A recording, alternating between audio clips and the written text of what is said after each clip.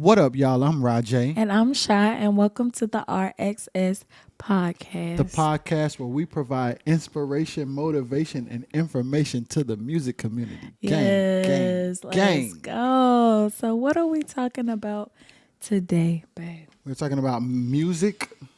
We're talking about the dentist, like actual teeth. Okay, We're talking about the rise and grind let's of a go. musician, the rise and grind of a band. A pretty good conversation. A fellow 252 native. Gang.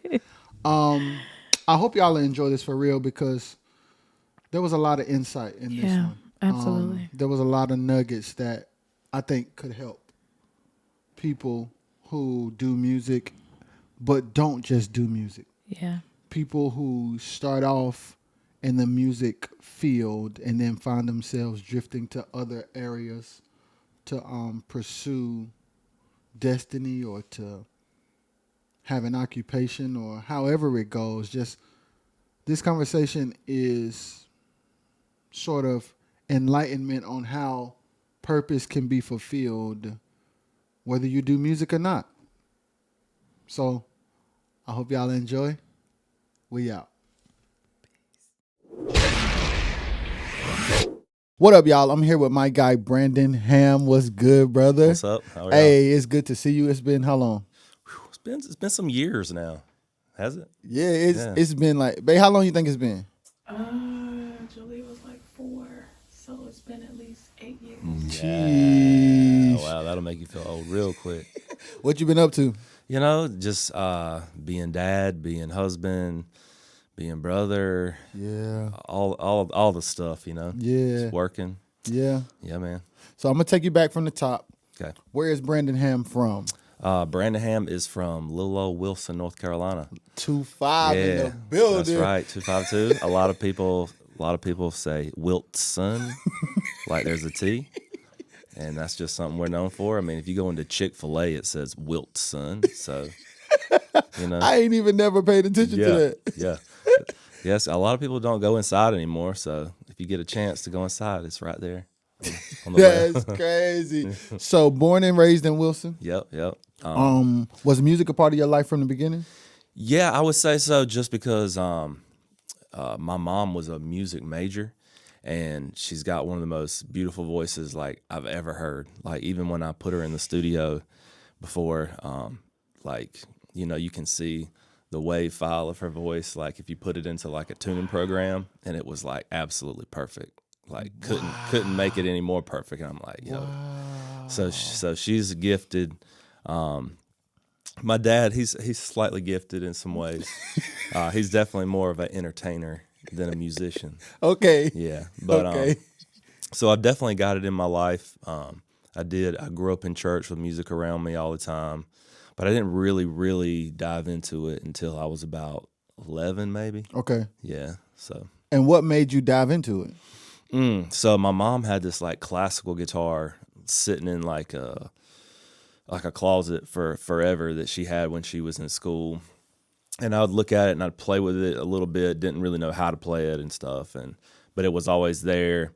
But then I think when I was old enough to kind of go buy my own like albums and stuff. Yeah. So the very first one I ever got was this group called DC Talk. Okay. Yeah. Okay. So that was the first musical influence in my life. So it was because my mom she took me to a Christian music store. And I think she felt like you can go get whatever you want and I ain't got to worry about it. You know what I'm saying? Because, yeah. Let's just say there was one time she was getting ready for church and she went to go get the boombox to practice her song. And there was a Busta Rhymes CD in there. And so she was a little cautious of what I bought. Yeah. But That's hilarious. but yeah, that was the first, and that was on a tape, man. That wasn't even on a CD. Oh wow. Yeah, so that was a tape player. Wow. So I'm but you had a Busta Rhymes no, cassette. no. I had a DC Talk cassette. Oh, DC Yeah. Talk cassette. I Yeah. got you. So that was my first. and literally my second and third albums were given to me, but I think it's crazy that somebody picked this out for me, but I think it's awesome at the same time. Was Mariah Carey Wow. with the Butterfly Yeah. album, and then Boyz II Men 2, the remix collection. Yeah. So that was literally my first 3 albums. Wow. So after getting those albums, is that when you decided, like, I think I want to do this? Well, I think growing up in church and like there was like a praise group and youth and stuff, and I was always involved in that, and so I thought it was kind of cool to see people playing the guitar, and then I kind of fell in love with it in church. Now, when I really was like, there's no turning back, which is kind of opposite from church, but I fell in love with this band called Blink-182. Yeah, boy. And I don't know, like, I think the guitar parts were like simple enough because I mean it's like pop punk, you don't have to be hard with that to make good music. And I figured out like, oh man, I can kind of play this stuff, and it's fun because I'm like, I'm keeping up, and I know how to play this song now. So, and then their attitude of like the teenage, like they didn't really care. They just kind of had fun. I think at that time in my life when I was around like 14 or 15, that's when I was like, I just fell in love with it. So, Were you a rebellious kid at this point? man, not compared to like my other rebellious friends, you know. You were like Christian rebellious. Yeah, basically. Yeah, like I knew I wasn't supposed to do this, and this for sure. But I would kind of take it to that limit. Yeah, I never got arrested or anything, so I mean, That's you can good. take me out of that category. But yeah, I definitely always tried to live my life to like according to what Jesus says. Yeah. But when you're a teenager, it's hard to do, sometimes. Okay. So let's talk about that. You're a teenager. Yeah. You grew up in church. Mm-hmm. So you know right from wrong, sorta. Yeah. And you're trying to walk the line between living a biblical life and being a teenager. Yeah. And I think when you surround yourself with other like, Christ-like individuals, as teenagers, you're all still that same teenager, going through the same teenage stuff. Yeah. You just have people that are more likely to steer you in a better direction, I guess. Yeah. So I feel like that's what mostly like what being a teenager is, man. And and I'm talking about it as a 37-year-old guy. So I'm like, what, 15 years removed from that or something like that, Right. or more. Yeah. So like, it's been a while, but from what I best remember, it's all about who you surround yourself with. Yeah. So were your friends kind of chosen for you based on proximity, or did you kind of have a hand in like choosing who you were going to hang around? Yeah. I mean, there might have been a couple friends. My parents were like, nah, don't. There's no second date there, or there's no hanging out. But for the most part, I felt like they kind of trusted me. But I was always a person that was friends with just like so many different kinds of people, and like and liked that, you know what I mean? Yeah. And so like when I ended up going to high school, like I didn't really fit into like one clique here or there, but I was always cool with every person from every clique. Where do you think that came from? Man, I mean, maybe a little bit from church, just like always being told that, you should love everybody no matter what they look like or where they come from or how much money they got. Yeah. But just, I don't know, I guess it's just most of the friends I hung out with, their parents didn't do the same thing mine did. A lot of them didn't look the same that I did. And I knew that some of them didn't come from a lot, and then some of them did. Yeah. But when you're having fun, you don't really think about those things that much. Yeah. And it's crazy. How old were you then? So, I mean, I started playing guitar when I was like 13, and that's when I really started to kind of build up like who I thought I was going to be, I guess. And so, and I think the music I listened to helped have a whole bunch of different kind of friends. So, okay, let's talk about it. What kind of music did you listen to? Well, like I said, so I mean, I started off in like this pop R&B, like, or even with DC Talk. I mean, back then those albums were hip hop, like, you know, like they were like Christian hip hop, which was a little different for back then. But now I still listen to that album and it's so good. Yeah, You know what I mean? yeah. Back before they kind of went like more rock and roll. So that, but definitely, I think the music that took me the longest to come around to was country music. That's interesting, Brandon. It is, because I used to be like, man, I hate country music, bro. and some of it I still do. I'm not even gonna lie. Yeah. But Brandon, that is an unexpected curveball. I do, yeah. So like literally, I would say I like every kind of music, at least some form of it, except it took country like 37 years, because that's how old I am. You know, Yeah. but the reason is just because that's what my wife listens to, and that's what she grew up. Yeah. So at first I was like, man, I don't know if this relationship's gonna work. I was dead serious. I was like, man, I don't think I can listen to country music the rest of my life. But then I just kind of like, I don't know. Then all of a sudden my foot would start tapping. I'm like, tag on it. This is George Strait is the man. Yo, so I gotta go back. So let's go back to 13. Okay. How and when did you get your first official guitar? All right. So it was on my 13th birthday, and I was my parents, they had like a little place down at the beach, and so we would go there all the time. My dad, he kind of had a little bit of a stressful job, and so his thing was he loved to get away. You know? And so we went to the beach all the time.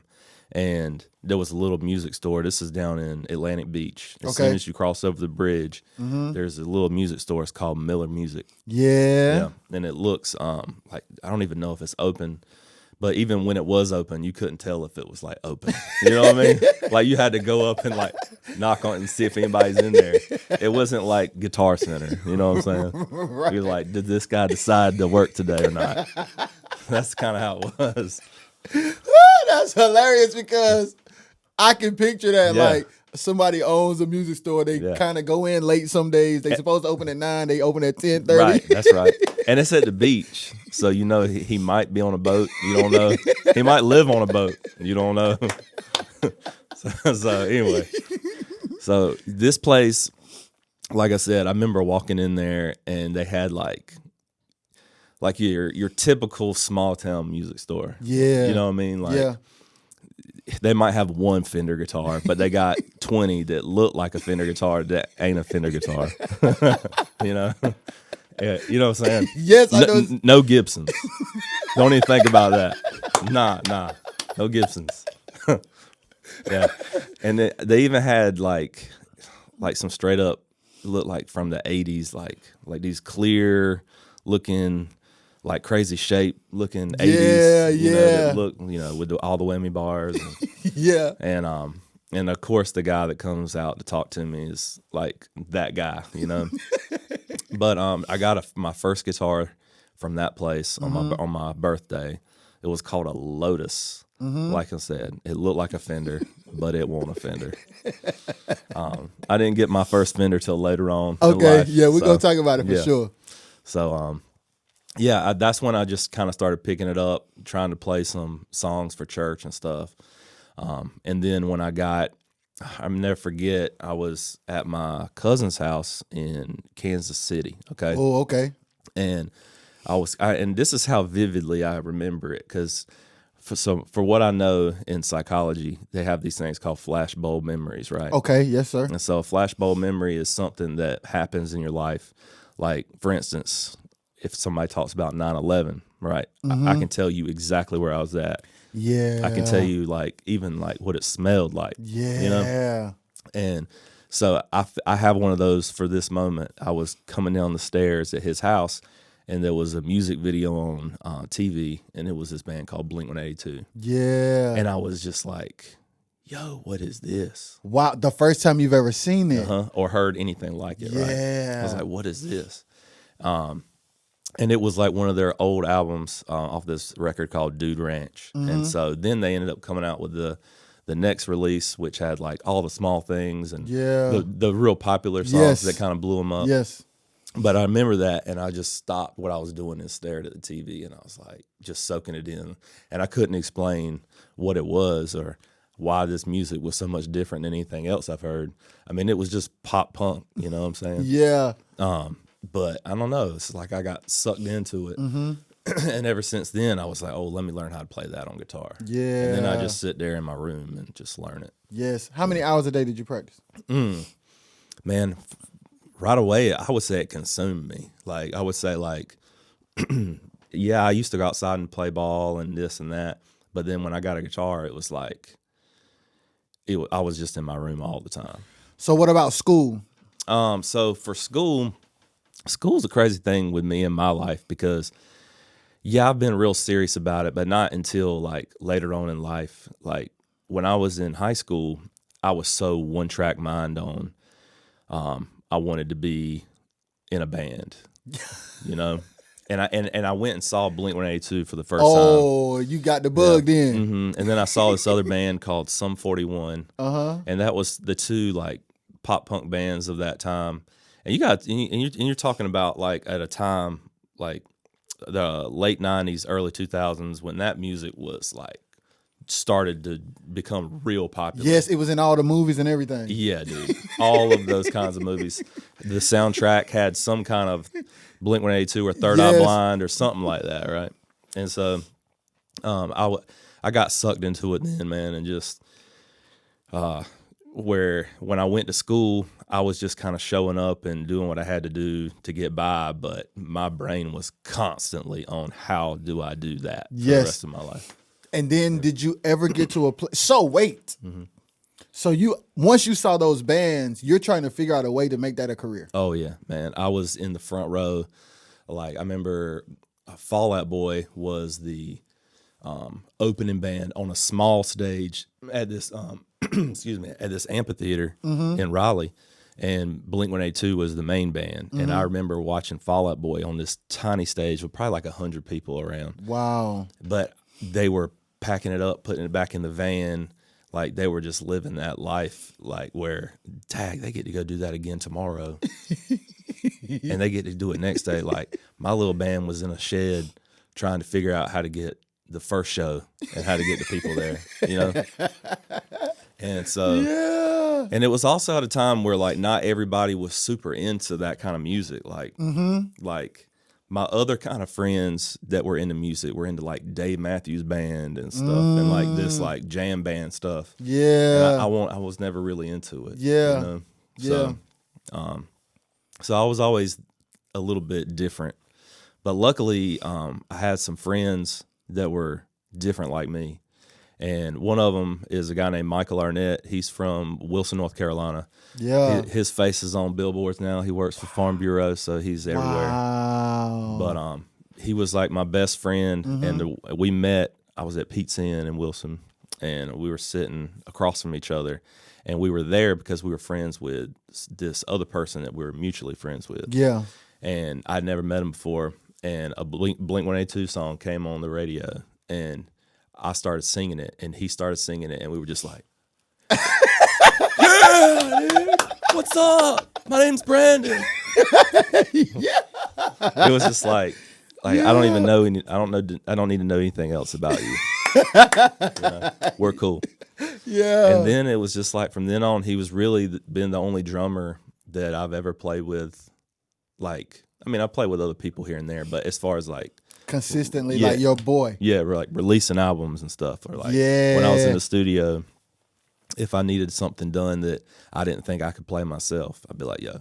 Yeah. And it'd just be there. Speaking of that, yeah, we're going to go to a break and then we'll be right back. 2, 3. Yeah. Easy to love in the morning.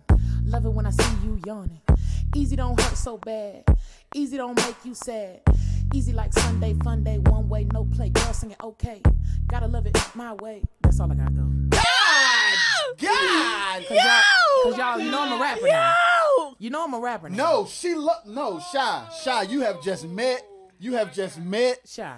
She loved to rap and ain't had nobody Yo. around her that like rapping. Yo. You just, I know she just messed you up. Yo, I got tears in my eyes.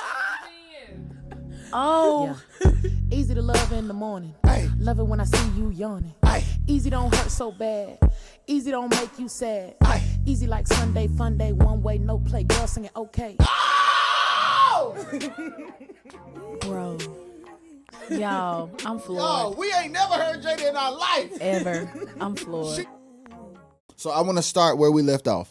All right. Because you're a drummer too. Yes. Where did that start? So I think if I had to say where it started, man, when I first started a band for the first time, so I was around 14, 15, something like that, 14, I guess. And then my dude, Michael, that I was talking about, like he would always have a drum kit around. So if I was at his house, I'm like trying to play. If I'm at practice, you know, I'm trying to play. I was that like lead singer, guitar player that all the drummers get like mad about because they're Every always break. So Yeah. every break you on the drum. yeah, on the drums, and everybody's like, "Shut up!" Like, you know how it is. Yes. Yeah. Yes. And you play the drums too, and you still know how it is. And I get it. I've been there, done that. Been on the other side of the fence. But when you first get that first groove locked in, like you're hooked, though. You know. Yeah. So you're like, man, I'm sorry, you're gonna hate me maybe forever now, because when you get up, I'm sitting down. So how old were you then? Probably like 14. Now that's kind of from 14 all the way to like maybe 18. It was just playing when I had a kid around, or like when I'm at my friend's house. Yeah. Or they'll show me something like this or that. Now, when my band got big enough where we had to have like our own practice space that we rented out and stuff like that, then there was a drum kit in a Yeah. place all the time where I could sneak in. So tell me about the band. When did the band start? So my first band that I was ever in was this band called Blank Page. Oh yeah. Oh, that's a fire name. How did Yes. y'all come up with that name though, Man, dog? I think it was because we were like a Christian pop punk band, and it was like when you turn your life over to Jesus, he gives you a blank page. That's a bar. That's It a is. bar. It is. That's but it a is. bar. Anyway, it was still three of us just trying to be like Blink-182. So anyway, Yeah. but I played here and there. Now, when I got in that like practice space, and then especially when I opened up my own recording studio. Yeah. Now that's when every day I play drums every day Yeah. because it was there. Yeah. So you're in your band, you're the guitar player and the lead singer. No, well, so back in most of my life, in my early days, I was in a band called Scarlet Undercover. Okay. All right. Where did that name come from? Man, I don't know. Like it just sounded cool, I think. And then anytime anybody ever asked us like where we came up for it with that name, we always just made up a new story because I don't think any of us knew. It didn't have anything to do with Nothing. Yeah. and I was terrible with coming up with band names. So when I heard something that was cool, I was just like, yeah, that. Yeah. So, but yeah, there was definitely a lot of at that point getting to play drums more. So. Yeah. Mm-hmm. So were you guys doing original songs or covers? Yeah, so any band I ever been in, we always wrote originals. So like, and that's what I love to do. I never enjoyed being in a cover band, except from when I'm like playing at church. You know what I'm saying? Like that's different. Like I don't, Yeah. and you I don't like consider because that's not a cover band. right. It ain't like that's all God's music. So Yeah. I get that. And but as far as like being in like a local band and writing songs, like it was important to me to always write because that was my favorite part. So when did you discover that you prefer to write? Because that's crazy. Yeah, I mean, because I think a lot of people in my age at that time, if they were playing music, they were just like playing cover songs or Yeah, playing for parties or And playing you're for. like, nah. Yeah, no, it just wasn't for me. Like I saw Blink-182 and other bands doing this where they were on stage in front of a lot of people doing it every night, and I'm like, what do I got to do that? And a part of it is write your own music. Yes. Do you remember your first song? Oh man, well, kind of, sort of. That first band I was in, we wrote and recorded an album right down the street from this place. Wow, Yeah. from where we are right now. Yeah. So there was this guy Whoa. named his name was Britt Edwards, and he is Wow. he's lived in Nashville, Tennessee now for a long time, and I think he just moved back.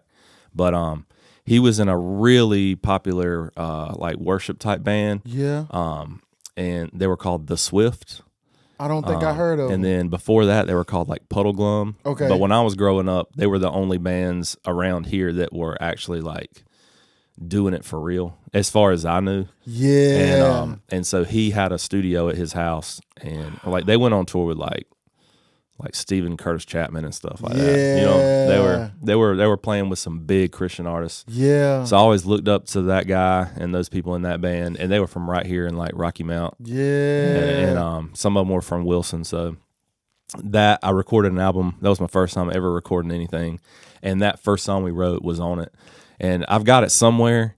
I think some of my family members like found a copy and just saved it so it wouldn't ever get lost. Yeah. But I hadn't listened to it in a Would you long cringe? time. Probably. Yeah. Probably. And you co-wrote it with the other bandmates? Yeah, so at that band it was just me and two other guys. Okay. And so then we ended up starting another band later down the road called Better Yet. I don't know. We won't even go there. It didn't last very long. And then that band Scarlet Undercover was kind of the first band that I saw like success with. Okay, let's talk about it. Yeah. What year did y'all start?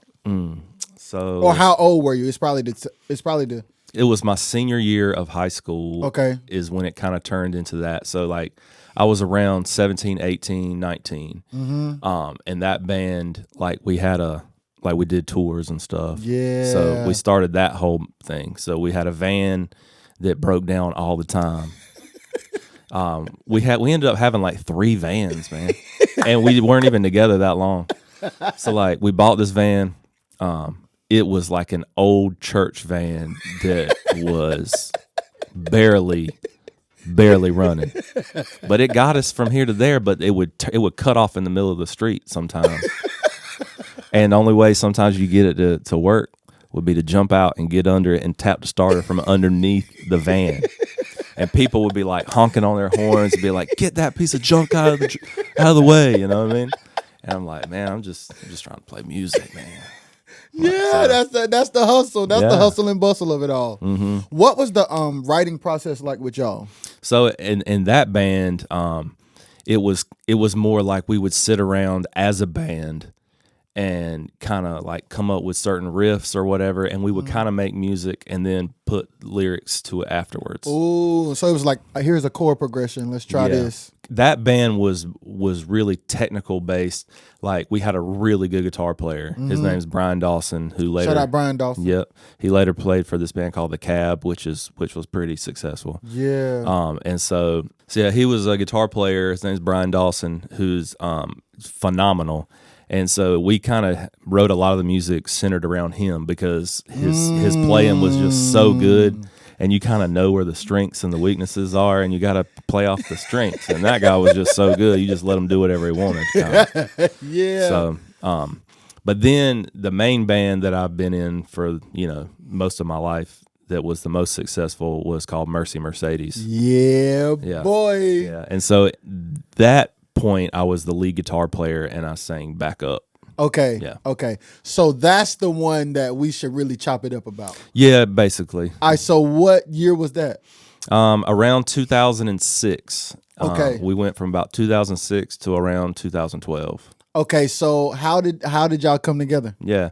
So that band I was previously in called Scarlet Undercover, we would be playing shows, and then there was this group of guys, and they were called Mercy Mercedes, and they were opening up for us here and there. Whoa, Yeah. that's interesting. I know. And so we're playing these shows around like Raleigh, Charlotte, Greensboro. Oh, we doing good. Yeah, we're at this point. Hey, that's yeah. good stuff. Yeah. Them the big cities. Yeah, so at that point, my old band was we were selling out this place in Raleigh called The Brewery. And now it's been demolished now. Rest in peace. But it was the place that we grew up, where we had help with people putting us on bigger shows than we deserved, you know. And so that helped us out a lot. Yeah. But then eventually we started being the headliner, and it would be packed. Yeah. And so we had bands opening up for us at that time. So at that point, did you remember those times where you said to yourself, this is what I want to do? Oh yeah, man. Yeah. Every bit of the way. Like at that point in my life, like you couldn't deter me from going to any other path. It was like that or bust, you know? Yeah. Mm-hmm. And so when you're looking at the crowds, man, what you saying to yourself? Man, sometimes you just have to let it soak in. Yeah. Because you can't forget what you're doing, because you are there to play songs these people want to hear, and they want to hear it how they're used to hearing it. But yeah, there'd be times where I'd kind of just blank out and just, it was when people started really singing the songs back. That's when it started to get me. Like, all these people know this song? Yeah. Like, that's wild. Yes, that's a crazy feeling. So anyway, at that point, a couple of the other guys in that band decided to go play with some other guys, and then me and the drummer Michael were kind of left like not knowing what we wanted to do. Yeah. And then it just so happens that I'll tell you, it's a little kind of crazy, but my buddy Michael said he had this dream, right? Okay. So we're getting deep. Okay. All right, we're getting deep. We're getting a little prophetic here, but this is just the truth, though. Okay? Yeah. So he's like, man, I had this dream last night, and so this is when our two other best friends just told us they were leaving to go to Chicago to join another band. Wow. And we thought we were doing well. Yeah. Like we thought we had it, you know. Yeah. And so, that like next night, he's like, dude, he calls me and he's like, super serious. Yeah. And he's like, I had this dream, man. And I had a dream that I was driving and I came to this crossroads and I didn't know which way to turn. And I felt like one way was going to something totally new, and this other way was going. And it's been a lot of years since he's told me the story, but this is just the basis of it. Is like we had to make a decision which way to turn. And he called me like that next day, and he's like, I don't know what it means, dude. The next day after that, the guys in that band, Mercy Mercedes, call us up. And at this time, Mercy Mercedes wasn't like a big name or anything. Yeah. It was just like 4 guys, and they had made like a demo with like 2 or 3 songs. Yeah. Right? And so they were like, we heard that y'all broke up, and we were just wondering if maybe y'all wanted to come join our band, because we love y'all and we love everything you write. Wow. And so at first I was like, I don't know, because I kind of knew going into it that I might not be the lead singer. And I'd been the lead singer my whole life. Wow, this is good, Brandon. Yeah, but I felt like it was like, man, like my buddy just told me that he just had this dream, and I've just been kind of praying about which way what do I need to do now? And then it's just like, bam, the next day it's just like somebody's like, here you go. This is it. Yeah. And you felt like it was worth taking the back seat, so to speak? I think so, because to me, it was never about like the fame part. It was it was kind of cool. I ain't gonna lie, but to me, that's not the reason that I did it. Yeah. And so the reason I did it is because I loved it. Yeah. You know, and I loved and I wanted to be a part of music, no matter if it was playing lead guitar or drums or even bass or whatever. Yeah. Like, it's just like, I want to be on the road and I want to make music. Yeah. So you get in this band. What is the first? So once y'all are in it, the first time y'all meet to play is like a rehearsal? Yeah. How is it? Oh, man, that was crazy. Because, you know, like, yeah, there was a little bit of humbling for me, because I did have to realize that, man, I'm not going to be the one with all eyes on me now, but I've got to find my place too. Ooh. And because it's just like being in a band is like being on a basketball team. You know what I'm saying? Because you need somebody like LeBron or MJ. You know, you need somebody like MJ, the GOAT. the real GOAT. Anyway, I won't get into that. But you need somebody like them. But then you got to have role players too, or you're not going to win the championship. You know, you got to have somebody that can shoot a three. You got to have somebody that can rebound. And if you don't have those people in that band that can rebound for you, like that might be your bass player. You know, That's good. yeah, then you ain't gonna win a championship. You not. And I think sometimes, man, everybody want to be MJ. They do. Like you can't have a starting five of all MJs. And that's kind of what it was for me. I was like, man, maybe I need to be a Scottie Pippen right now, you know? And I've been trying to be MJ my whole life. And then you get in a band Yeah. and you're like, I guess I'm Scotty. Yeah, but then at the same time, I was like, man, I'm about to be the best Scottie that I can be. The best Scottie Pippen, because MJ wasn't MJ without Scottie Pippen. And so when I realized that, because we're at this rehearsal, and I kind of started to realize that I was the best guitar player in the building. Okay. And so it's not like I was saying that thinking that I'm the best. It's me saying that maybe that's what I need to contribute. Sheesh. It's going into space, knowing what you used to do. Mm-hmm. That's one thing. And then you go in here with this band and you're like, wait. Yeah. Because it's different. Yeah. But then, like, I could kind of see the potential too. And honestly, I felt like that's when my producer mind started to grow. Let's go. Yeah, because then I'm like, man, I just helped make this band way better. And then to me, it felt just as good because, like, I know that I'm contributing what helped build the whole masterpiece. So being a part of Mercy Mercedes Yeah. is what introduced you to production. Definitely. So, I mean, I had done albums with other bands, so I'd been with a producer before. But I felt like when I first joined that band, that's when the mentality of being a producer myself kicked in. And what is the mentality of a producer to you? Make the song 10 times better than it would have been if you hadn't have been there helping out with it.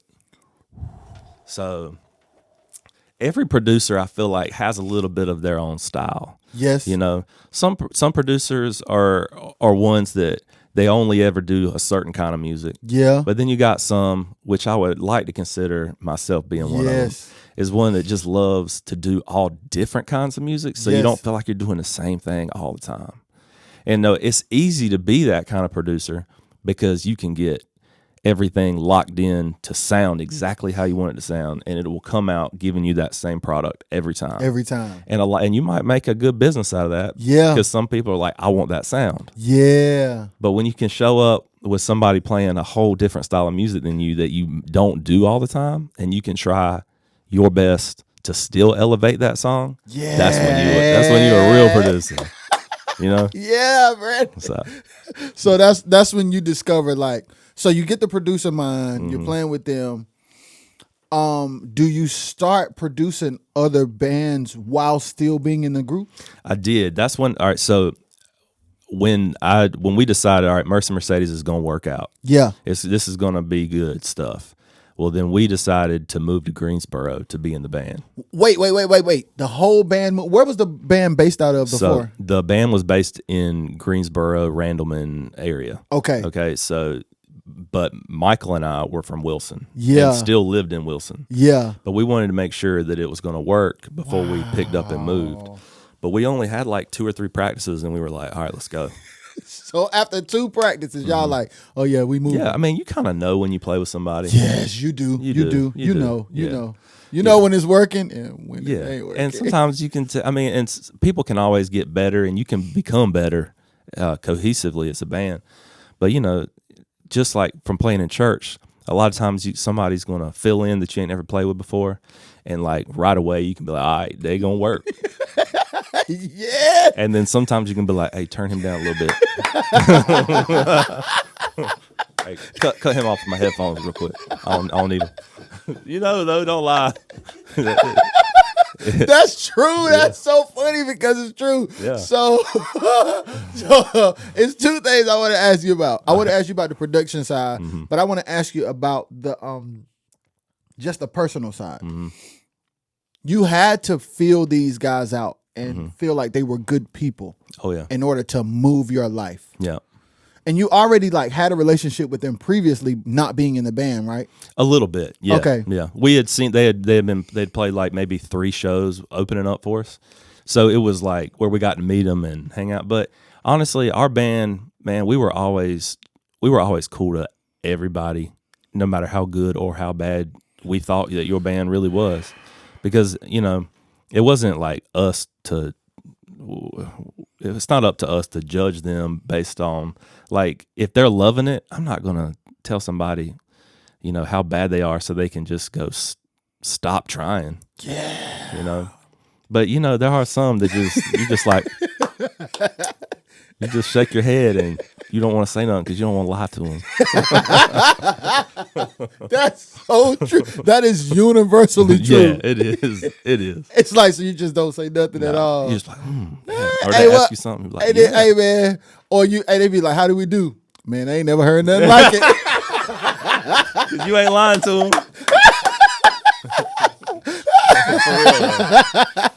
Yo, that's hilarious, boy. So yeah, what was the relationship like building with them outside of rehearsals and shows? Yeah, because that's the thing, man. When you're in a band, like, you got to have a good friendship because you're friends more than you are like partners musically, because you're doing more together off the stage than you are on the stage. Yes. So if it don't work, like, if you can't be around somebody, I remember some bands, man, where the lead singer would ride separate from all the other members of the bands and stuff. Like, and it happened on more than one band. So like, I can remember at least 2, and I'd be like, y'all, where's your singer? And they'd be like, no, he rides by himself. And I'm like, how can you do that? Like, I mean, cause I feel like they weren't friends. They were just business partners.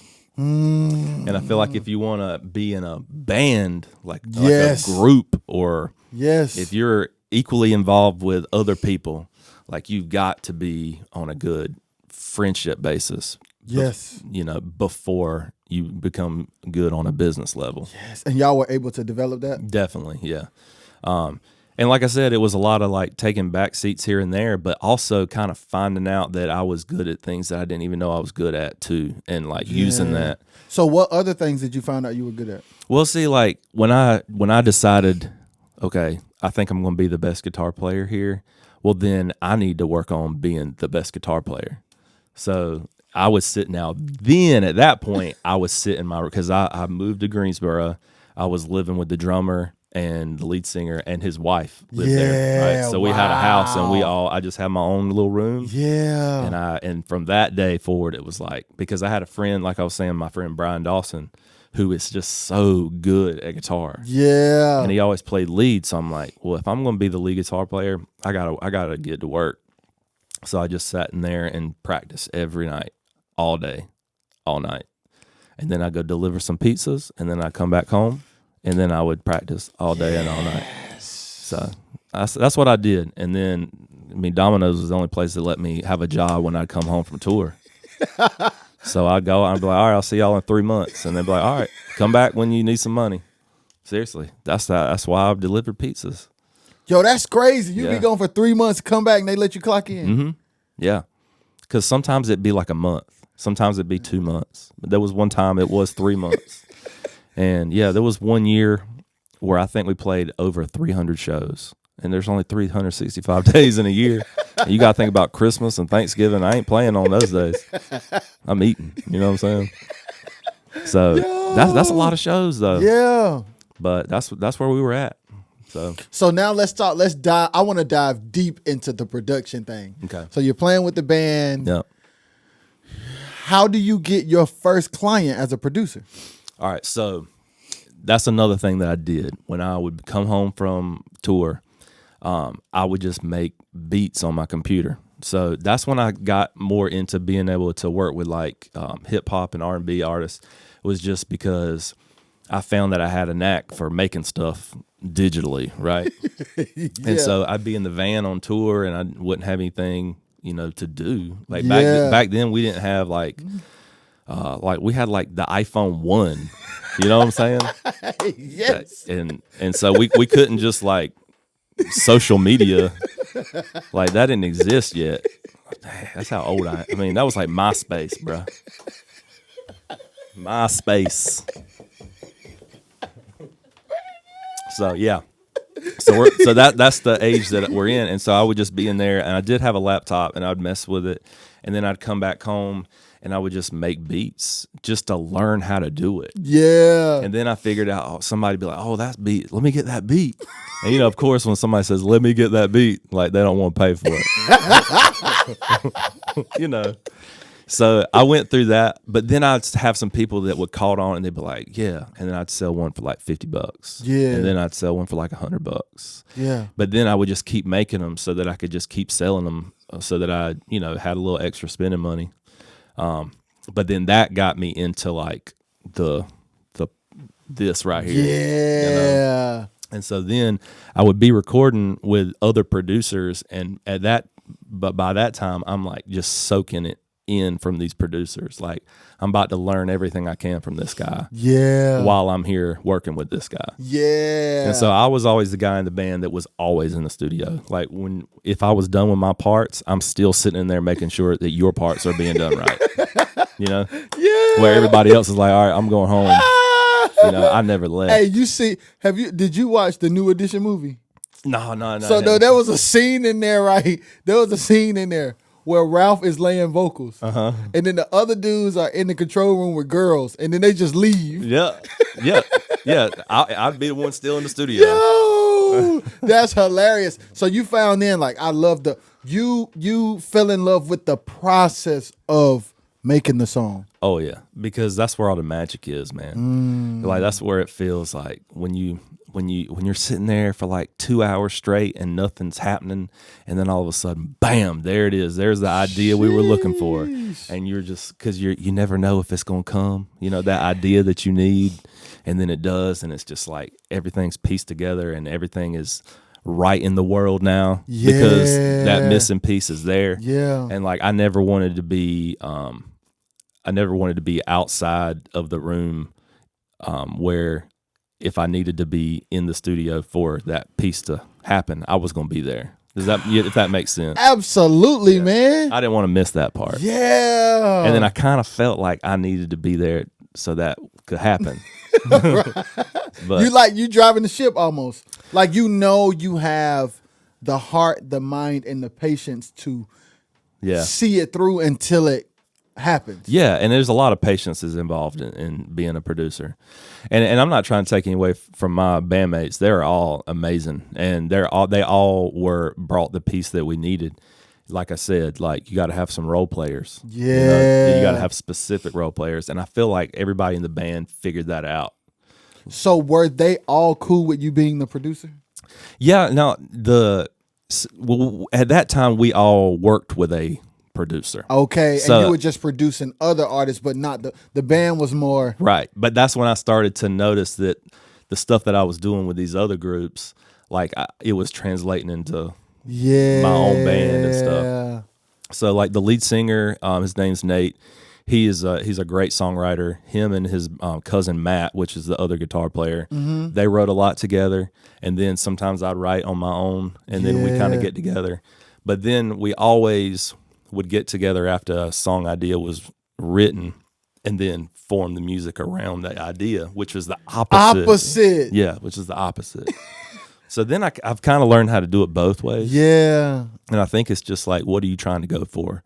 Like if you're trying to go for like a song, like a pop song that has to follow that formula to be like on the radio or to have that certain like pop appeal. Yeah. You got to follow the formula. Yeah. But that's what makes it so much fun to me is because you've only got so much that can work. Yeah. What can you come up with? Yes. Yeah. And what can you come up with that's different? Because there's hardly anything different about music today. That's true. Yeah. It's just like, how can you use what you've got to make it awesome? Yeah. So, yeah. So how long were you producing before you opened your own studio? All right. So there was a little studio right down the street from where we lived, and it was in the same. It was like an old abandoned pantyhose factory. And it was creepy. Like the lights were flickering. It was kind of damp. It looked like a horror movie sometimes when you walked in there. But we had our practice space was in this building, and then on the other side of this building, this guy had built like a pretty sweet studio. Yeah. And so, and he was in a band that knew our band, so he was cool, and he was like, "Yeah, I want to come over here and work sometime. You can." Yeah. And then that's when I was like, "All right, well, you said it, you know what I'm saying? So I'm gonna be there." And I would show up, and then that's when I started getting other people to come and maybe start doing some recordings. How with me. did you convince people to come? I mean, I didn't really have to, just because my band convinced them. You know? Wow. Yeah. So the work that your band was doing was kind of speaking for itself? Yeah, 'cause which automatically made you credible. Yes. So at that time in Greensboro, like Mercy Mercedes was starting to be one of like the local names that you knew who they were. You knew who we were. Basically. Yeah. And we were headlining shows. Yeah. So there was a lot of younger bands that were like always reaching out to us for help. Like, how did you do this? And can we play? Can we open up for you? And then that's like, oh, by the way, did you know that I'm recording bands? And so, I mean, that's how it worked. That's how it developed. And then I eventually started, I would go to whatever studio I could. I developed a relationship with this guy named Matt Malpass in Atlanta. And he's the one that did the Mercy Mercedes record. Okay. He lives in LA now, and he does like he works with like Travis Barker all the time. I mean, he's a big name now. But he let me come to Atlanta, and I would just like co-produce with him. Yeah. Yeah. And so like these bands that would come to me, we might do half a record, and then I'd go to Atlanta and like finish the record with him. Yeah. Stuff like that. And I was all about it because he was definitely on an upper echelon than I was at. Yes. And I just learned everything. So when you would take your sessions to him, like he would give you feedback and then y'all would build from there? Yeah. So like we would straight up record some songs that I just did the pre-production on back in Wilson or whatever. Yeah. And then we did record some songs, and then I would take the ones that I'd already recorded. We'd go to his place. He'd be like, "Yeah, I think that you did a great job with production, but your mixing needs some work here or something." Yeah. And or let's do this song, but let's try it like this, and we'd re-record the whole thing. Yes. And that was cool because I'm like, well, I kind of want to see what he would do with it. Yes. So in any of this process, did it ever feel offensive? No, I think I see what you're meaning by that. Yes. Yeah, because sometimes when you're working with people and you're a producer, you're basically paid to give your opinion. Yes. You know what I mean? Yes. And so when you work with another producer, especially one that even has more credibility than you do, like you have to take a step back and be like, okay, I need to use this opportunity to learn as much as I can, and who cares what I think? You know what I mean? And that's hard to do sometimes. It is especially when you find yourself in a place where you're developing and you're good at what you do, and you're in that, and you have positive reinforcement for that, and then you go somewhere with somebody who tells you that the thing that everybody says is good needs more work. Right. Yeah, but sometimes, man, sometimes we think we get to that point where we don't need more work, but man, is there ever really a point like that? No, there's never a point where we don't need more work. No. Ever. In anything in life. Not just music. Right. Right. It's like every day you wake up, there's something you can tweak. Oh yeah. There's a lot, in my opinion. Facts. I'm just saying. Facts. So you're in Greensboro, you're producing bands, working at different studios. Y'all were together for 6 years. Was it when you guys stopped, how did y'all stop? Was it like an ugly stop, a mutual stop? Well, it wasn't.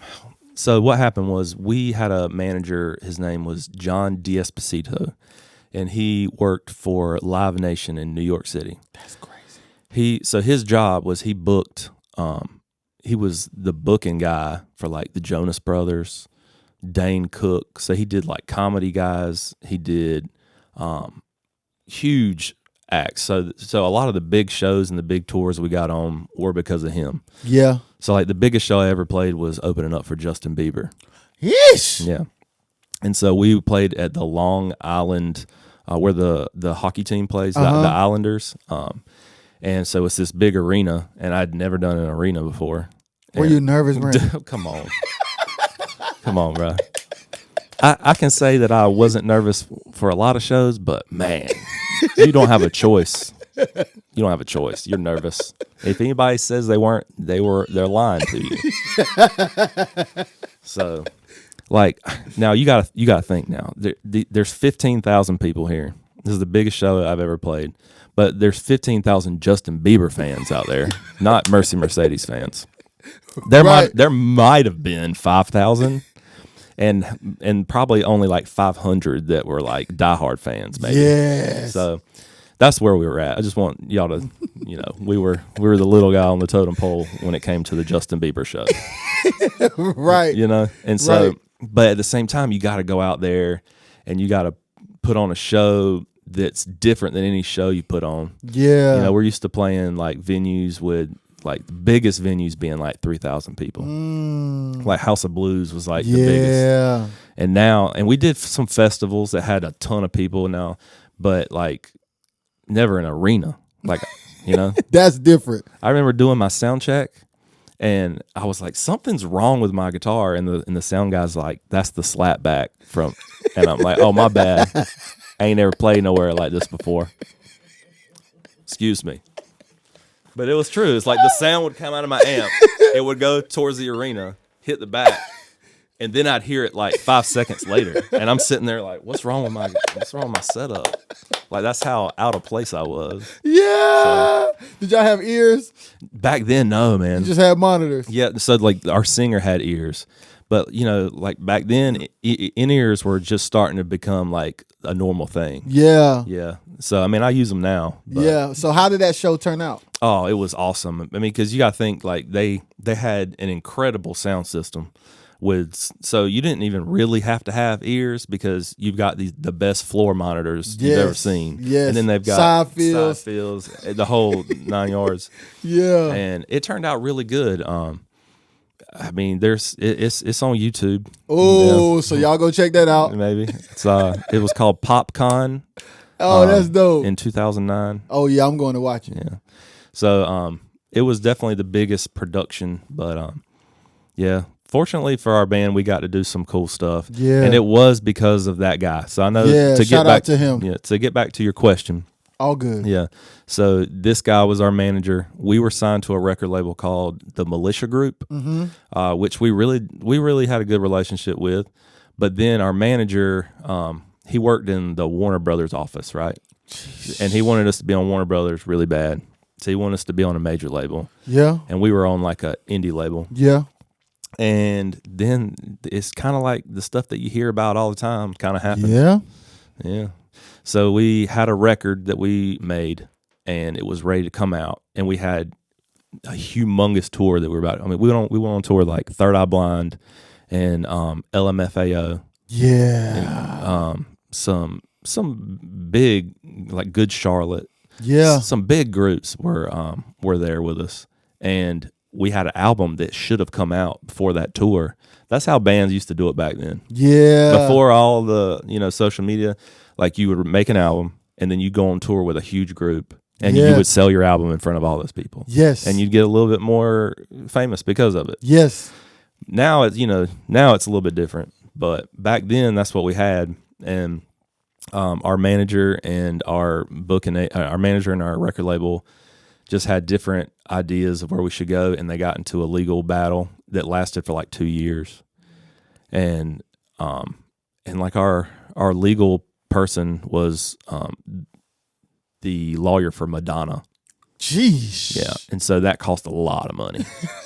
Yeah, that was the only thing about it that you should take away from it is it was a lot of money. Like every time we would send an email or call them to ask them a question, it's like they hit the timer and you're being, charged. Mm-hmm. So that kind of like that kind of drained us of money, and then we just didn't know what else to do because then we finally got off of our record label and then our manager didn't really want to have anything to do with us anymore. Because of the legal battle. Yeah, he was just sick of like going through it, and he was just like, "Oh, I'll just do something with somebody else." What up, y'all? I'm Rajay, and I want to say first, thank y'all for the support, thank y'all for the love, and thank y'all for watching and listening to this podcast. We really don't take it for granted. Hey, if y'all want to continue to support us by spending y'all money, I got a way for y'all to do that. Y'all go to rajxshaw.com and pick up that Make It Happen hoodie today. Life be crazy, but we still got to do what? Make it happen, gang. I mean, he already had a lot going on. He was in charge of this festival called Bamboozle. Yes. Yeah, and so he was the guy that started Bamboozle. Dang. Yeah. Dang, y'all were positioned sweet. But that's what I'm saying. It's like that's the hard part about the music industry is like you've got somebody that Sheesh. is in your corner at some point that's like got insane influence. Yes. Like I went to his house and he lived next to like the boss. You know what I'm saying? Like he lived next to Springfield. Like Sheesh. he can hook you up with whatever you need. But in like just like the blink of an eye, they can like turn on you and just almost ruin everything. Jeez. Yeah. Was that hurtful for you guys? Yeah, definitely, because we didn't know what to do or where to go. And at that point, I think one of our members was like 26 or 27. And, you know, you think, all right, am I going to keep doing this forever? Or do you kind of move on? And it started to kind of get that way where one guy decided to move on and we kept going. And then another guy decided to move on and we replaced him. And we replaced people, and then it just was like, Okay, we done. yeah. Mm-hmm. So is that when you moved? Were you still living in Greensboro this entire time? Yeah. But yeah, I feel like I know what you're going to say. Yes. Like, that's when I started to dive into being a producer full time. Yes. Yeah. And is that when you moved back to Wilson, or you didn't move back to Wilson right away? No, I moved back to Wilson, and then I was kind of doing it. When I first moved back, I was just kind of kicking it with my folks until I found a place to stay. Yeah. And then, and so I set up at their house and would just kept on learning stuff. And So at this point, you making beats still? yeah. Okay. But at this point, I'm also recording like real bands too. At the house? Yeah. Ooh, your mom and dad let you bring bands to the house? Only a couple times. Yeah. But they knew I was trying to open up a studio. Yeah. So they were just like, all right, we know it's not going to be permanent. Yes. So they just kind of they've always been good at helping me out if I need it. Come on, shout out to his parents. Yeah. Yeah, I gotta they give believed in you, man. Which is crazy. Side note, like they used to not let me watch MTV and stuff like that, which I get it. I probably won't let my kids watch it either. But the first time we were on MTV, I called my parents. I was like, "Hey, yo, turn." I think back then it was like channel 24. Yeah. It's crazy. I remember that. I was like, "Turn it to MTV," and they were like, "What?" I was like, "Just do it right now." And then our music video was up there. I was like, "I told you, I told you." That was a great moment. Good, Brandon. That's good. Because I mean, they've always been supportive, but they have also been like realistic. So know? you got to show me parents. Yeah, kinda. Yeah. So then after they see the MTV video where they like, okay. Oh yeah, they were like, okay. And they kind of started to see it a little bit because they had just been to a show in Raleigh that was sold out. Whoa. And what was it like having them there? That man? was crazy because I knew it was going to be a big show. But your parents are the people they're the ones that gave me the guitar. Like they're the ones that like saw me when I was telling them I'm going to do this and this and this and that. And in the back of their mind, they're probably thinking, you better practice because it ain't that good yet. And they weren't wrong. Like everybody is like that at some point. Yes. Yeah. Yes. I think nowadays we have like, because of social media, we see all these like little kids that are phenoms, you know, like that are better than me and they're 9. Yes. And that's disheartening. It is. But, you know, like not everybody is like that. Yes. Most everybody that you look up to musically at some point was bad. It might not have taken them as long to get good, But they were bad. but they were at some point. Yeah, that's good. And I think sometimes I think we can get so good that we forget we were bad. Yeah, right. That's what I'm saying. Yeah. Like, dude, you chill. Yeah. Chill out, man. Uh-huh. We all started from the bottom. I Yeah. mean, I get it. You doing good. But hey, man, Yeah. humble yourself. I completely agree. Oh, yeah. So you move back, couple bands at your parents. Then when you say, what makes you say, I'm going to open my own recording studio? So I did have a guy that was opening up one, and he asked me. So I used to work at the music store in Wilson before I moved away and did the band thing. Okay. So I knew a lot of people in the community that were into it. But, you know, people that have a recording studio, there's only a couple of them. You know what I mean? At least in Wilson, there was. And because some people think they got one in their house, and they might. Like, you know, this right here could be in somebody's house. Yes. And this is legit. Yes. But back then, you know, when somebody's like, I got a recording studio at my house, it was different. You know, it wasn't the same. It was like a laptop in their bedroom and a mic in their closet. And that's the studio. Yeah. But I always knew like that I wanted to have like a real, like legit one. With a control room, a Yeah. tracking room. Yeah. Yeah. Yeah. And I knew I could. I felt like I had the ability to do it. It was just a matter of where and how I'm going to make it happen. Mm-hmm. So that's when I started talking to the people in Wilson, and they hooked me up with that place that we were both at. For pretty good. They were trying to revitalize the area, so they had some incentives. Like if you come here, we won't charge you rent for like this many months. Yeah. And we'll give you some money to make the place look better on the outside. So I was like, well, I'm starting from nothing, so I should go that route. Yes. So you get it, you go in there, you put the paint on the wall, Yeah. you put the panels in, you set up. And do you remember your first session? Yeah, sort of. Man. So that place before you came in, there was two sides to it, sort of. There was, and so we had like a control A room, I could tell. Yeah. And then like a smaller B room. yeah. And so what happened was I went into it initially I had a business partner, and he's from Kinston. Okay. His name is John Harrell. He's Yeah. still a great mixer, producer. Yeah. Really good at like rock. Yeah. Like real good at it. Yeah. So he went into it with me. So he brought half of his stuff. Yeah. And I brought everything I had, and we Yeah. just kind of put it together. Uh-huh. We worked together for about a year and a half, and then he decided to move back and do it solo at home. Okay. So at that point, that's when I had to kind of really because I didn't have nobody to lean on. So y'all was splitting the rent too? Yeah, at that time. Yeah. So then it hit me hard because he took half of his stuff back. And then the clients that we had together, and I had to kind of buy a whole slew of new things to So to were keep you going. did you try to buy certain pieces that he had that you were used to?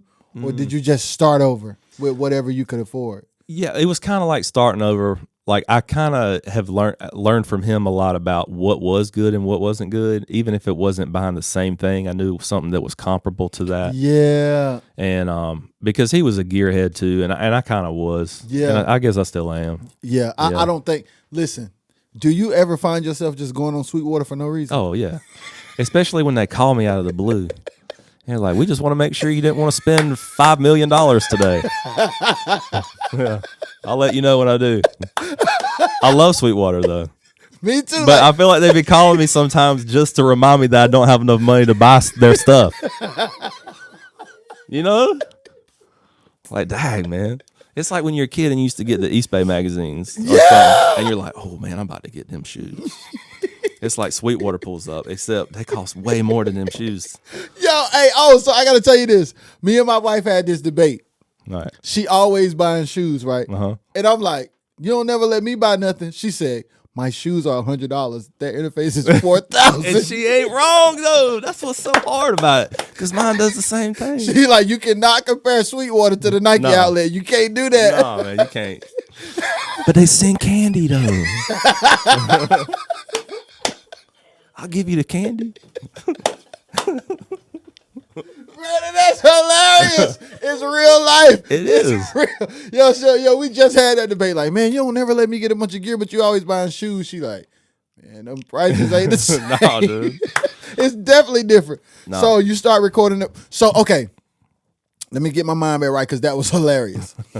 So you have to take over this studio by yourself. You have Yeah. to replace. So you have to replace the gear and build up new clientele. Yeah, that was tough. So yeah, man, like that was a tough point in my life because I was like, I had this big building, and I had a couple of people that were booked, but then I had like a handful of people that were booked with me that weren't going to like leave me. They were still going to come record, Yeah. but I didn't have the stuff to do it. Yeah. Because like when I'm recording these bands, like you got to think I'm using probably at least 12 microphones on the drum kit because I'm not going to do it any other way. You know, like I want it to sound how I want it to sound. Sometimes you got to have lots of mics. I'm not saying you can't make a drum kit sound good with one mic or two mics. You know, go on YouTube and people will show you real quick that you can do it. Yes. But for like the sound that I know that they wanted to get, I was going to need to have at least 12 microphones. I was going to need to have this and this and this. And so like I basically got a job waiting tables at night, and I would just try and do what I could during the day with the music thing. Bro, you were willing to hustle for this music, Yeah, dog. always have been. And I mean, that's just if you love something, then you'll hustle for it. And if you don't want to hustle for it, then you don't love it enough. Boom. A bar. Yep. I mean, people used to tell me, one of my mentors told me one time, like, you know, write down 3 things that you need to do today. And if you don't do them, then they weren't that important to you. I probably should follow that advice more. I am not the guru that's practicing what I preach. But sometimes I'll be like, you know what? I need to do that today. I Yes. need to write down 3 things, and I'm going to do all of them. Yeah, man. Because sometimes we get in a place, me and my wife have also talked about this, like, you may proclaim a thing out of your mouth, Right?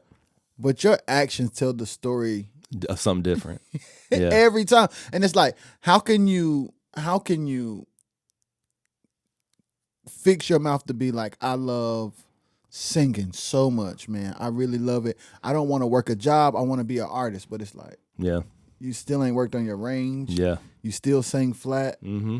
I think people love the idea of the escape, but don't really want the put in the work Yeah. to really do it. Yeah, and you got to. You have Yeah. to, man. No matter what it is that you want to do, even if it ain't music. Yeah. Which I want to talk about, but I'm not gonna get ahead of us. Okay. So you replace the gear, Mm-hmm. you get more clients. Yeah, I did. Did things start to look up then? Oh, yeah. In fact, that's one of the things where, like, it worked out for the better. Oh, And that's one of the things, especially, like, you know, if you're a follower of God, which you have to go through a lot. You know what I mean? And it's tough. And honestly, I've been kind of going through some things similar, just in different avenues besides music. exactly. Yeah. And it's like, man, you just gotta kind of keep the faith, because sometimes it looks like there's no light at the end of the tunnel, but then when you finally do see it, it's like, oh man, why was I so worried about it? You know? Bro, that is my sentiments exactly. It's like Yeah. once you get through it, or once you get to that light, it's like, I really didn't have to trip as hard. Yeah. But I find myself now, because I've peeped game on the cycle of it, of how it works, I have less anxiety. Yeah. Like, I can still be like, this sucks, Mm-hmm. but But you know, you don't know what it's going to be that gets you there, but you know it's going to get. You know, Yes. you'll get there. yes. Yeah. So you get the clients, everything is looking better. Yeah. You're all in on production. Are you working on anything else once it gets back going? Yeah, there came a time where I had gotten enough, and I was doing well enough to where I quit my night job. Ooh, Yeah. how did that It feel, was dog? great. It's like, all right, look, I've never been fired for any. When I go to work, no matter what it is, I try my best. Everybody has bad days. Yes. But I try my best to just do my best at whatever it is and be happy and nice to people, right? Yeah. And when you're working in that profession, I mean, people are like get angry with you when you're serving and stuff. Yeah. You got to kind of have a good attitude. But yeah, I told him, I was like, man, I might walk in here and just like, I know I don't really like dislike anybody here. In fact, I love everybody here. But if I show up tomorrow and I act like I hate this place and I say I quit, just let me do it. Just so I can feel like, you know what I mean? Just so I can feel like I did something in my life where I could be like, I put my screw foot this, down. screw this job. I don't need this job. You know what I mean? Even though it won't like that. You just wanted to feel Yeah, like that so yeah. you can tell the story. Yo, Right. I walked up in that joint and quit today. Yeah. I made that money and I got back on track and I was like, screw this job. But that's not how it went though. But that's how I wanted it to go. So how did it really go? So it really went like this. Brandon, we're very proud of you and you have a job here if you ever need one in the future. Wow. Yeah, and that's how it always goes. But that's just because, sometimes you just have to work for God, you know what I'm saying? Or more than yourself. Yes. There's a whole lot of that in the Bible. Yes, Yeah. man. You know what I'm saying? Yes. So Yeah. you're working these jobs and you're doing the music and you're working the jobs. I want to talk about that because it speaks to your character as a man. And it speaks to your parents and your upbringing. So in your mind, are you thinking to be like intentionally nice or it's just who you are? No, I think it's just who I am. But I mean, like today, like I work in a whole different environment. You know what I mean? I work in a dentist office, right? Which We have to talk yeah, about we that. can talk about that. because Brandon is now working in the dentist office. which is crazy. But every single day, like I have to take care of people, and not everybody comes to the dentist a happy person. I would say the majority of them come in like just wishing they were anywhere else but there. So it's like my job to make sure when you leave, like you're happy. That's hard to do sometimes. Yes. Yeah, because I don't always have them days where I wake up and I'm like, can't wait to go to work and look in somebody's mouth. Like that don't happen every day. So you have to pretend or something. You just get through it. Yo, Brandon is hilarious. But look, even if you're in the studio doing something you love, you still gonna have them days where Yes. you have that client that's like, man, this client gets on my nerves. Or they'll just be making this little sound or something and it drives you nuts. Anything. So I mean, it doesn't matter if it's in a dentist office or even if you work at a church. Yeah. You show up some days and you're gonna have a day where you're like, I just need to get home. You know? Like, I'm ready for this rehearsal to be over. Really? I'm ready for this. Like, yo, man, homegirl really tripping. Yeah. Yo. Yeah. So I got to ask you that. Yo, we all over the place. I don't care, though. Yeah, it's all right. So this whole time, Yeah. are you serving in church? Oh yeah. So See, we got to talk about yeah. that. So like even when I moved to Greensboro, that was probably when I went to the least amount of church, I guess, because I was just gone all the time. Yeah. But I would come back home and I would try to go visit the local churches around there until I found. I did find one up there that I kind of liked. But then when I moved back, I went right back to my home church, Which is Peace Church. Peace Church Yeah. in the building. Yeah. Peace Church and on Tillman Road in Wilson. Come Yeah. see us. We would be glad to have you, no matter who you are or where you live. If Do you're you in- still play there now? Yeah, yeah. Yo, that's fire, man. Yeah, I love it. It's kept my musical itch under control, you know, Yeah. because I still am allowed to do a lot of music, and I don't ever like wake up wishing I could do more. Yeah. You know what I'm saying? Yeah. So we got to, okay, this is a perfect segue. Yeah. Because you go through this, you become a full-time producer, Mm-hmm. and then a shift happens. How does that shift happen? So Because I remember, okay, so Yeah. let's tell the story. yeah, go ahead. I met Brandon because Brandon was were you coming out? How did we end up seeing each other? Oh man, how did we meet? That part. Oh, he wanted me to, I think Mr. Leader wanted me to see it, but you weren't gone. That's right. Yeah. He knew that I was leaving the place. Yes. Yeah. So the place that Brandon was talking about that he had to partner with and then ended up by himself, my wife and I ended up being the tenants, but the owner of the building wanted us to see the building first, but Brandon wasn't gone. Right. So I think you were in there. We met. You showed us the room. And it was kind of perfect because all my stuff was still in there and it looked like a studio. And I knew that's what you wanted to do. So you could, even if you wanted to do it completely differently, at least you could see that what it's like as a studio. Yes, and you had it nice too. You had the panels up, man. Because once you move all this stuff out, it's just a room. Yes. You know? So, yeah. But that where I was at then was, so I did have projects that were doing well. That's for sure. I had this band out of Florida called Set It Off that ended up blowing up. Wow. And so after that album I did got really popular for that band, I started having more business. Yeah. But at the same time, the bands that were attracted to me and stuff because of the band I was in and the type of stuff I'd done previously, they were from all over the place, like not North Carolina. Right. You know? So like I'm recording bands from Florida all the way up to New Jersey and then Chicago. And they're all traveling to Wilson. Right. That's crazy. That's another nugget for people. Like, just because you're from a small town doesn't mean anything. Like, when you put in the work and you have the gift to do what you do well, people will come to you. Yeah, and honestly, it don't matter where you live at, for real. Nah, man, the music business is a massive networking scheme, like thing. Like, yes, like it's all about that. And so when you start getting those like relationships and you're building them up, you're gonna meet people from Chicago or Florida or LA, and you know when you have somebody that you develop a good relationship with, is it worth driving across the country? Yeah, if you're gonna make an album that's 10 times better than the one you would have made 30 minutes from where you live, then I would say you should put in the work to drive across the country. Yes, man. Yeah, you know, that's a fact. Really, like there's so many good producers out there that like when you're a up and coming artist or band, you're going to hear something that you like and you're going to be like, who did that? Yes. And then when you do that, you feel more confident knowing this money I'm about to spend is going to get me what I need. Yes. Yeah. So, and if I got to travel to go make sure I do it, and that's nothing. Yeah. If you want to be in the music business, traveling is a part of the business.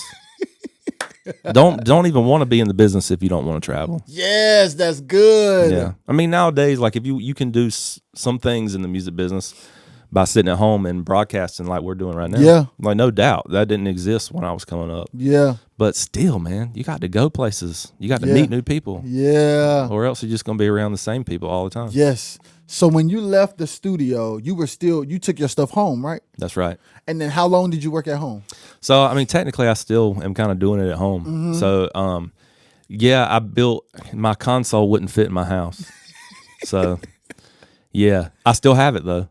I still have it. Well, you got it in storage? Yeah, it's in storage.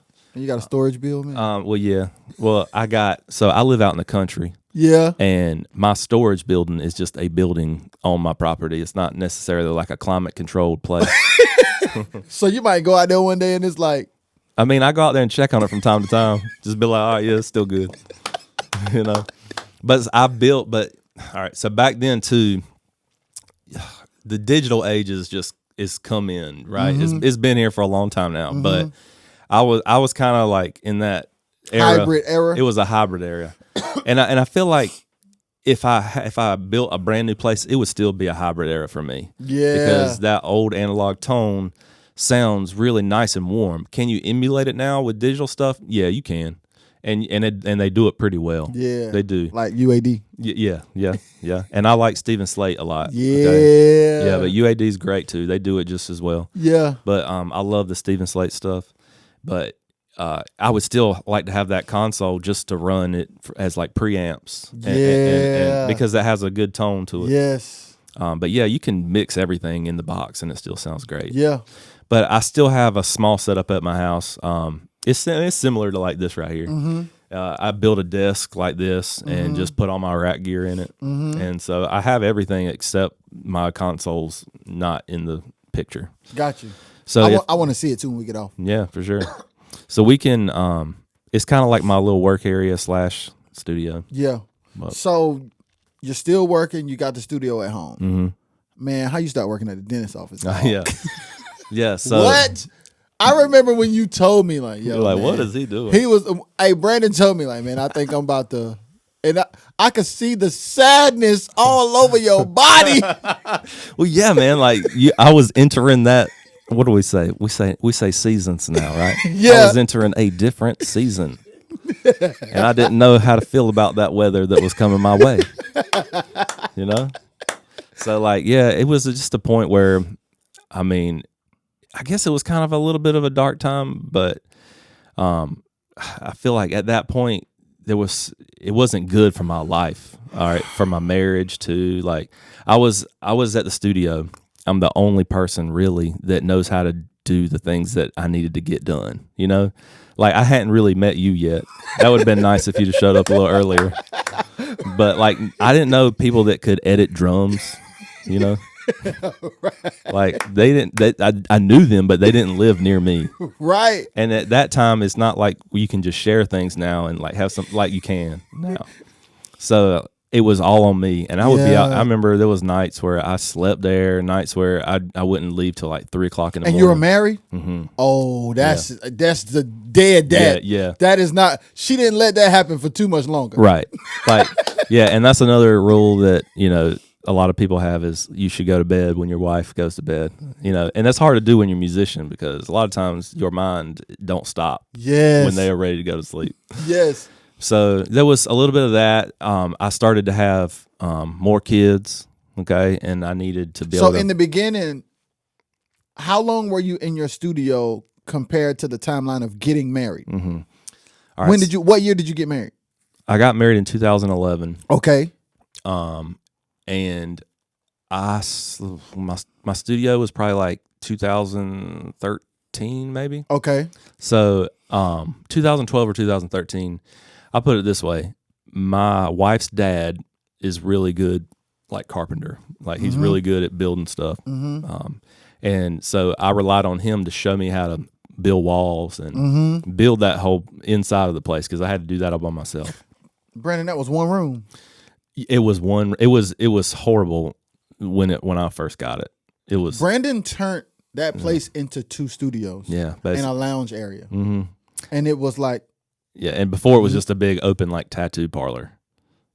Yeah. They didn't even have like rooms. It was just like open. So I had to build walls and I had to turn it into, but I didn't know how to do any of that because I never really done any of that before. My dad didn't do that. Yeah. And so, but my wife's dad, totally that kind of guy. Yeah. And he'd come over on his lunch break and be like, this is how you do this. This is how you do that. I'll see you when I get off and good luck. Yeah. And so I had a little bit of help from that guy that was my partner for a little while. But yeah, we had to build that place, man. So it was crazy, like having to learn how to do all that. And for the first, when did y'all have y'all first child? So let's see. When I first opened that studio, and this is, I guess, where I was going with this. My father-in-law would show me how to do everything. But I remember when he was showing me how to do this stuff, I was like, I got to talk to you. And that was about marrying his daughter. Yeah. This is good. And I remember So she's just your girlfriend. Right. But it's your girlfriend's dad helping you build a studio. That's right. And you're like, he's going to come in here one day and he's going to be putting a hammer. Yeah. And to the wall, I was I'm like, just be like, like what? I mean, because it was just me. That was the only time it was just like me and him. yeah. And I remember we were out front for some reason where the glass window was. Yes. And I remember being like, yeah, we need to get together. And he's like, yeah. I was like, no, I just got something I want to talk to you about. And he's like, yeah. And I was like, it's about me and Marlo. And he was like, oh, like you could tell, like he looked like white as a sheet, man. Like all the color left him. Like it was like he was like. But it was cool, man. He's awesome. He's like my second dad. So yeah. But that I had, so I didn't have any kids when I started. Yes. And so then I ended up having my first daughter, and it started to get kind of crazy. And then I had my second daughter, and I was like, oh, we're gonna need to provide a little more. And so And so to me, then it just became about providing no matter what. Yes. Yeah. And so Even if it means even if it meant that that's not what I did full time. yes. Yeah. Did you wrestle with that? Oh, dude, yeah, of course. Like for a while. Yeah. And because my whole goal when I was not in the band anymore was to still be a part of music as my Yeah. main thing. Yeah. And so that's how I ended up going into dentistry. So Whose idea was it for you to go into dentistry? well, it was my idea, but I was definitely influenced a lot. So and not by somebody that wanted me to do it. Like so, yeah, growing up, and my dad was a dentist. Okay. Okay. Okay. This is good. Yeah, so- okay. I see where we're going. So that happens. Okay, my dad's a dentist. So I got to see how it benefited our family so much. He was always at my ball games. He was always on the weekends. He didn't have to work night shifts.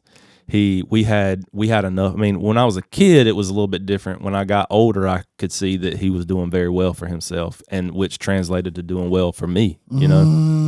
And so I saw how much potential dentistry could give a family, but at that point, I didn't yet fall in love with it. When I left the studio, I had a job working for an insurance company, and I did insurance for like a year.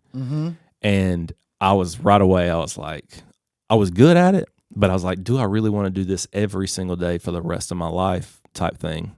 And I was like, no, I can't do it. I do not. So then I was going to a job interview of a client that I had from the insurance, and they asked me, that I did all of their insurance, and they asked me to basically come work for them to be head of the sales department at this company. And I was like thinking about it, and on my way up there, man, it was just like me and God were talking. And my entire life, I said I was never going to be a dentist. And then it was just like the idea was implanted in my head and my heart that I couldn't shy away from. And the whole way to the interview, I'm thinking about it. So I'm about to go take another job. And I'm thinking, man, I don't know if I want to do this. Wow. And I got there, and I was like, for the interview, and I'm like, I want to thank y'all for letting me come here today. Wow. But I'm going to respectfully decline because I think I need to go back to school to be a dentist. And I thought they were going to laugh at me and say I was crazy. But then the guy was like, I think that's a great idea. Because he knew me, and he knew he knew my family background in dentistry, and so also my wife is a dental hygienist. So, Wow. Okay. So it's all in my family, dude. yes. Yeah. And after you got over the hump of accepting the pivot, did you become cool with it? Yeah, and I think it's because I found out how much music and dentistry. This sounds crazy, but how intertwined they can be if you think about it. Okay, talk about it. Okay, so when I was touring, I used to have people come up to me and they'd be like, "Man, this song you wrote saved my life." Like they'd be like, "I was getting ready to commit suicide, man, and I don't know, for whatever reason, your song came on and it just put me in a better place." And I'm just like, "Wow, holy." And there's definitely like an aspect of music where you have to learn how to talk to people, no matter if you're an introvert or an extrovert. Yes. You gotta be good at it, Yes. because when people get a bad rap about being an artist, it's a lot of times because like a fan came up and they just want to say what's up and get an autograph or whatever, and it's easy for that person to just blow them off because they get that every day, right? Well, in music, like my thing was I had to learn how to really be good with people, because if I wasn't, I didn't eat. Because the only way that I got from the next town to the next town was selling CDs and T-shirts. And we slept in parking lots. You know what I'm saying? In a van with like 7 dudes in a nasty van. And I was eating, there was a time where I was eating like beanie weenies and Vienna sausages. Vienna sausages, bro. I lived off of crackers and Vienna sausages for a long time. That was a lot when I was a lot skinnier back then too. I might need to do it again.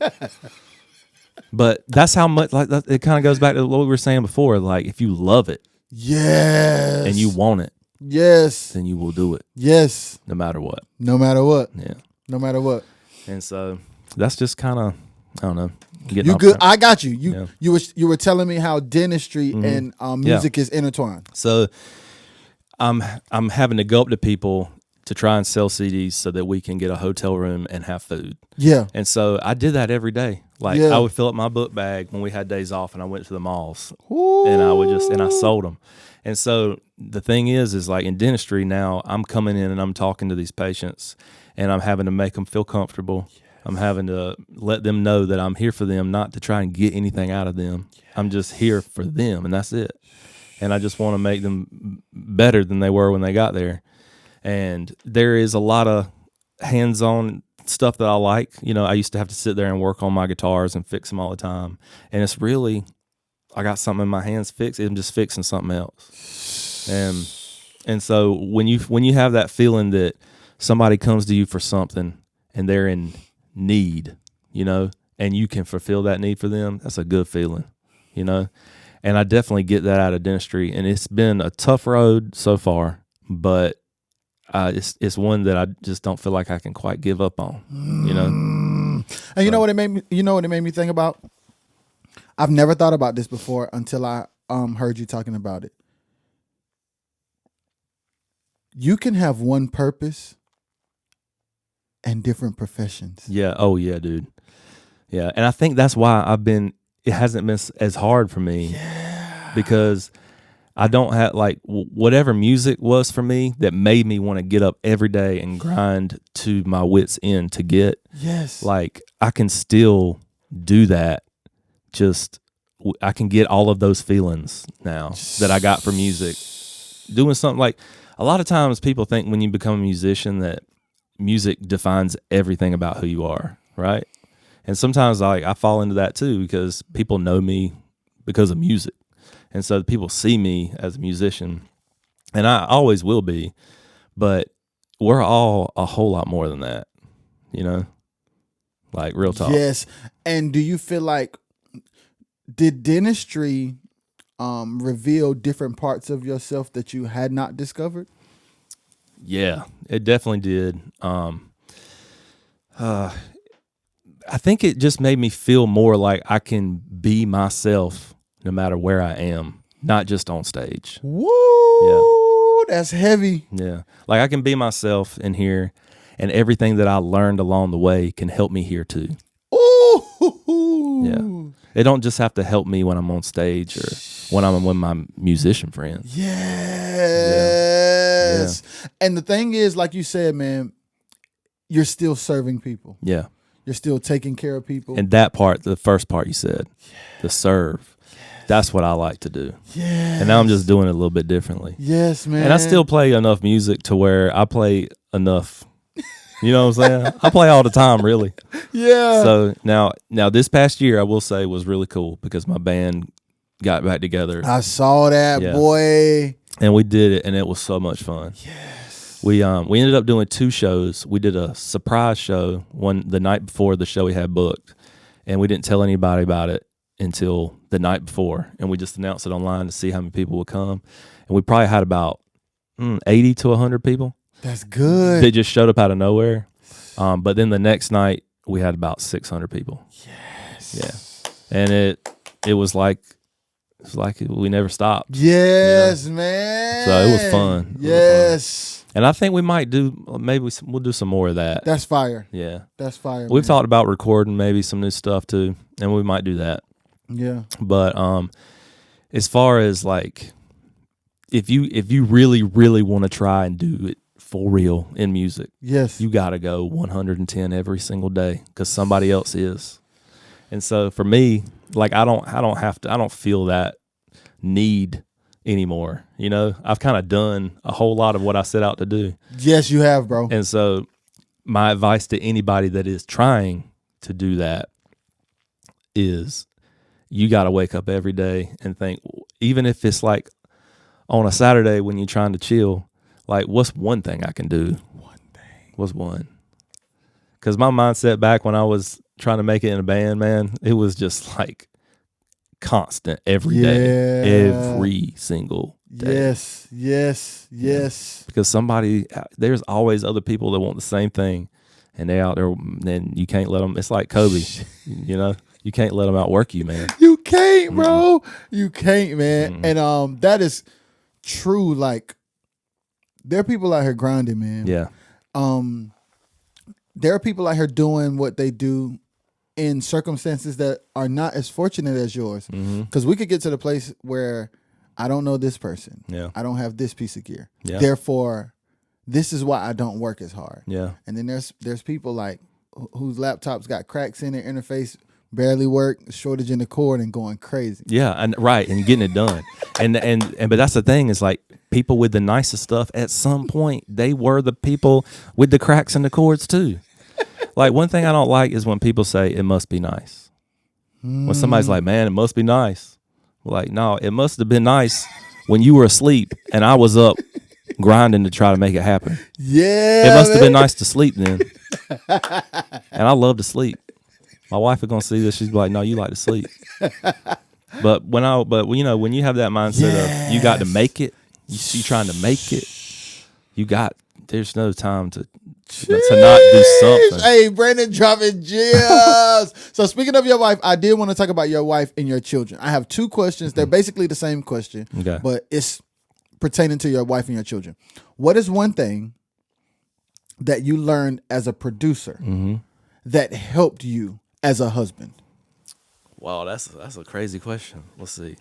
One thing that helped me as a producer, patience. Yeah.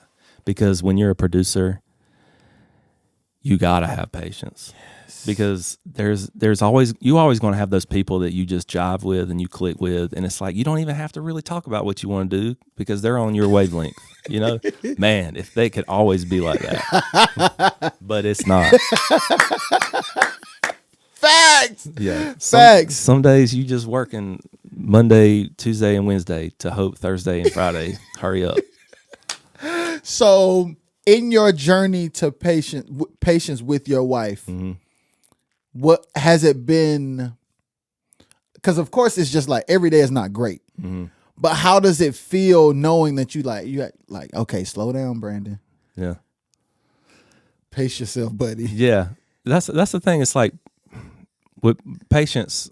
Look, when you marry somebody, you're literally. They become your teammate, but they came from a different team than what you're used to playing on. And you got to figure out, it's like if you got traded, I'm not trying to make everything about basketball, but it's so easy to, right? Yes, if when you get traded, the other team is a whole different state, Yeah, right. whole different culture, Right. whole different playing style, a Yeah. different everything is different. Yeah. And you got to figure out how to make it work. And and you can have the coolest wife in the world, which I do. Yeah. But at first, you got to learn how to live together, and that requires patience. Yes. And the thing is like I would have some bands come in, and some of the younger bands that maybe hadn't worked with a lot of producers before, they always have that mindset of like, no, we're going to do exactly how I'm envisioning this happening. And as a producer, you're taking what they're giving to you, and you're like, okay, how can I make this better for these people so that when we do finish it, they're like, wow, I didn't think it could be that good. Yes. But you got to relay that information without coming across like you know more than them or like you're better than them. And so you have to kind of build up a little bit of a relationship with these people at first so they'll trust you. Yes. Yeah. Let me tell you what's funny about that. As you're painting that picture, I'm thinking about me and my wife, and I'm like, yeah, like you can make the situation better without I'm the man. We're going to do what I say because I know what's best. Yeah. You do not have to do that. I know. No, especially if I did that, boy, I'd be like, can I sleep here tonight? Marlon be like, oh, no. Nah. She's like, you can stay there. So that's good. Like the trading thing, that's crazy. Yeah. And then the idea of being in a place like with your wife comes to you as her own person, her own set of experiences. and then y'all come together and y'all figure out how to make, y'all already had two separate lives. Yeah. You're coming together to start a new life, and you ask yourself, like, okay, what can I do to enhance this life? Yeah. What are my contributions? What are my gifts? How do I change my communication style? What do I need to learn to accept? How do I communicate on what's good, what's not good? Babe, I like this, but try this. The same way you would in the studio. Like, Right, yeah. I hear you, but what about Yeah, this? and it's all about how you communicate it. Yeah, you're right. Yeah, because you can try to tell your wife the same exact thing, but you say it in just a little bit of different way, and you are done. Right? Yes. And it's just like, man, I just want her to, I really just want this to end up being all great. So, Lord, help me tell her in the right way right now. Yes. So now I want to ask you a question about your children. Okay. What is something that you've learned before having children through the whole musical journey that helped you as a father? Man. All right. Every band member is different. Yeah. Brandon made for this. Every kid is different. And it is up to you and how you learn to, what kind of relationship you want to have. This boy is a father. Yeah. He's trying to figure out. Yeah, I'm still figuring it out. Still. So no, my kids are awesome kids. Yeah. Okay, let's go there. They've got a good mama, teaches them. I try to be a good dad. They've got good grandparents. They got good support everywhere, right? They really kind of got it made if you think about it. Yeah. Because it doesn't matter how big the house is or what car you drive in. If the home is a good home, that's really what you're looking for, right? And so I feel like I've learned that in order to keep that home as good as you can, you do have to learn about the people inside of your home. And even if, because your kids are constantly changing, because they're constantly getting older, like we just saw, yeah, with yours, right? Yes. Like I hadn't seen her since she was like this tall. Yes. And now it's just like, no, she's a whole nother person, you know?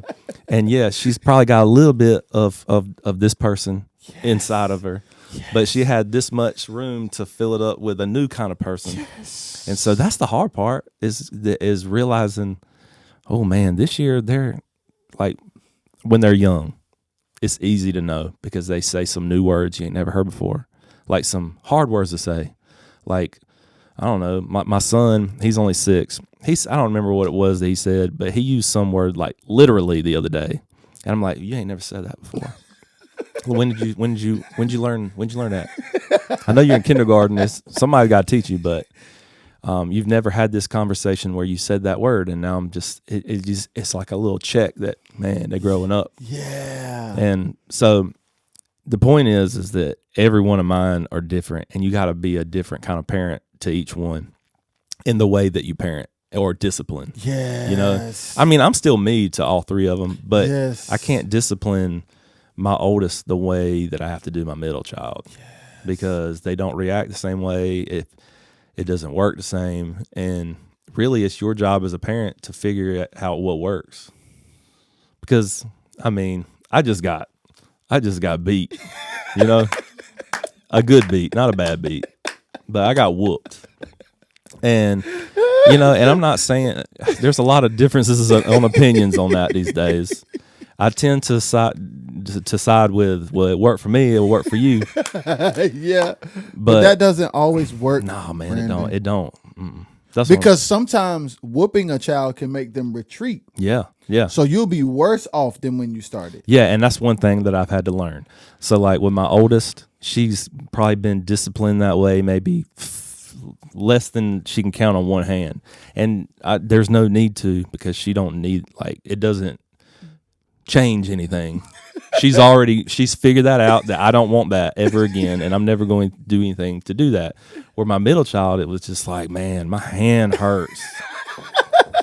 Like, it's hurting me now more than it's hurting you.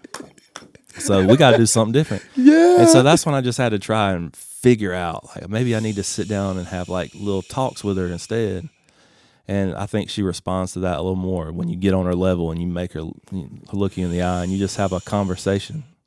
Sometimes that helps. Yes. Yeah. And I ain't trying to get on here and say you should or you shouldn't whoop. I mean, that's you, between you. But I will say that no matter what is your parenting style, you should realize that you might have to have a different style with a different kid. Yes. My wife is back there loving what Brandon's saying because Yeah. this sounds like her talking. It's so good, though. Yeah. Y'all, this has been amazing. Yeah. This is my boy, Brandon Ham. Thanks for being here, dog. Dude. This was amazing. It was a pleasure for me, too. Hey, we're going to see y'all next time. Peace.